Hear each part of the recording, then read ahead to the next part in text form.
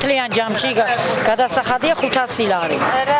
რაში მიდის მე ეს გადასახადი? მე რა ვიცი ხომ არ ვეკითხები მაგენს. მიაკვანდა რა ვიცი რაში შედის. ვინ გეტყვის წესიერ პასუხს ვინმე გეუბნება, გიყვირის და დამთავრდა რა. მეტი რა პასუხინა მიიღო მაგენიდან. ადგილის მოწესრიგებას არ ეთხოვთ? დედა შენ გაგახარა ღმერთმა ვითხოვთ, მაგრამ ვინ გვისმენს? არავინ არ გვისმენს. მე ვარ შვილიშვილების პატრონი, აქედან პროდუქტი მიმაქვს და იგავს ხრება. აქ იმ ადგილიდან რომ ბუზი აფრინდება და იქ დააჯდება, ის რა მიდის შვილიშვილთან. ჩემი ერთი თვის პრენშია, ჰალალი მიქნია ეს ოღონ გააკეთე. რამდენად დარჩუნე ხო? მავუჯებად ის რამდენი ახლა თქო ბუზი ეცემა რაღაცა შემოდის აქ ანტისანიტარია. რამდენად ვირაჩენ ესევა იყოს ესე ლაბორატორია.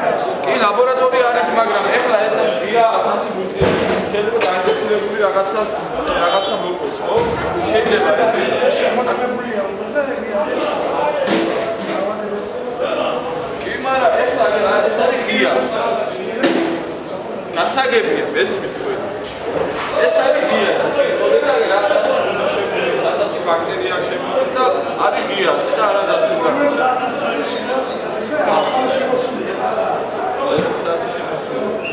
და არ ხდებოდეს ეს საათის განმავლობაში ასე იყოს ღია.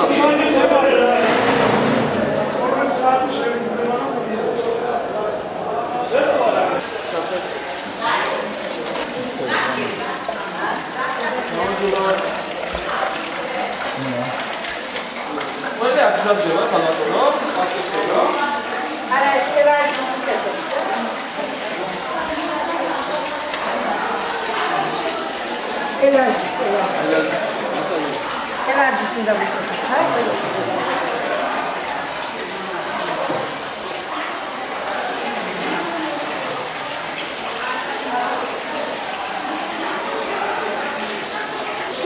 Nada, não tinha muito mais presença.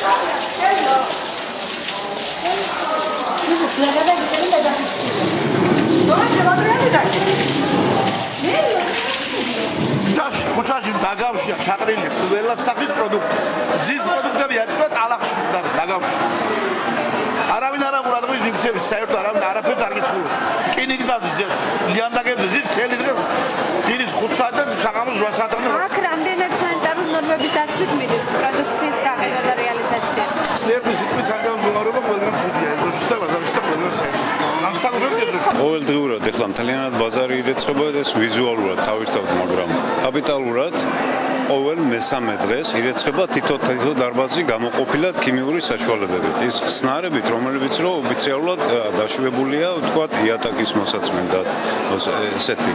საპირფარეშოს ყოველდღიურად იწმინდება, ყოველდღიურად ლაგდება, ყოველდღიურად ირეცხება. ესევე არის ეზოს მიმდებარე ტერიტორია და თვითონ ეზოც. დილიდან საღამომდე ლაგდება და გადის ნარჩენებისგან. ნარჩენების ესე დილით შემოდის მანქანა, შვადღით შემოდის და გააქვს დღეში ორჯერ. ეს არის უბრალოდ სანდასუფთავების მანქანა რო შემოდის და ჩვენ კიდევ ცალკე ჩვენი მომსახურება გვყავს, ჩვენი ტრანსპორტი გვყავს, რომლითაც რო დარჩენილი ისინი მონაგო გაგვაქვს ყოველდღიურად. ბაზარში არ რჩება ესე რომ ვთქვათ, ბაზარში არც ერთი ისა არ რჩება ნაგავის სახით რაც რო შეიძლება. ქიმიური ხსნარები, ქიმიური საშუალებებით ლაგდება და ირეცხება ყოველდღიურად თუ არა, ყოველ მეორე დღეს, ყოველ ესე იგი და ხორცის სექცია ყოველდღიურად. და თქვენ კონკრეტულად რას აკეთებთ გეგმიურში რა შედის?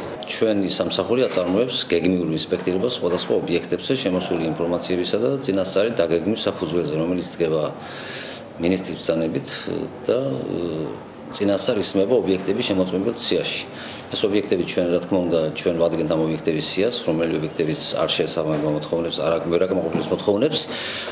ამიტომ შესული იყო სიაში ბონის ბაზარი შემოწმება და შემოწმებული იქნა ჩვენი სამსახურის მიერ ჩატარდა ინსპექტირება, მიეცა კონკრეტული ვადები გამოსწორების მიზნით. ამ ვადებში კვლავ მოხდა გადამოწმება ამ ობიექტისა და კვლავ იყო დარღვევები, რის გამოც ობიექტის დირექცია დაჯარიმებული იქნა 600 ლარით. მიეცა კვლავ ვადები, ამ მოდების გასვლის შემთხვევაში თუ არ იქნა გამოსწორებული კიდევ ეს მდგომარეობა, საჯარიმო სანქციები გაიზრდება 1500 ლარამდე. და თუ კვლავ არ იქნა და არ მოწესრიგდა და შეუძლებელი გახდა, ალბათ კიდურეს ღონისძიებასაც მივმართავთ ფაზრის იმ ობიექტების შეჩერებაზეც, რომლებიც ქმნის ანტისანიტარულ მდგომარეობას. უკვე ერთი წლის განმავლობაში ჩვენ პერიოდულად ვატარებთ მონიტორინგს და ვაცნობთ საზოგადოებას, სულ რა ხდება ბაზრობისა და ბაზრობის მიმდებარე ტერიტორიებზე.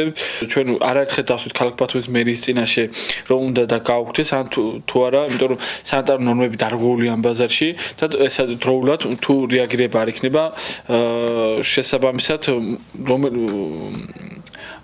ანტისანიტარულ პირობებში შესაძლებელია რომელიმე მოქალაქის უფლებები იქნას დარღვეული.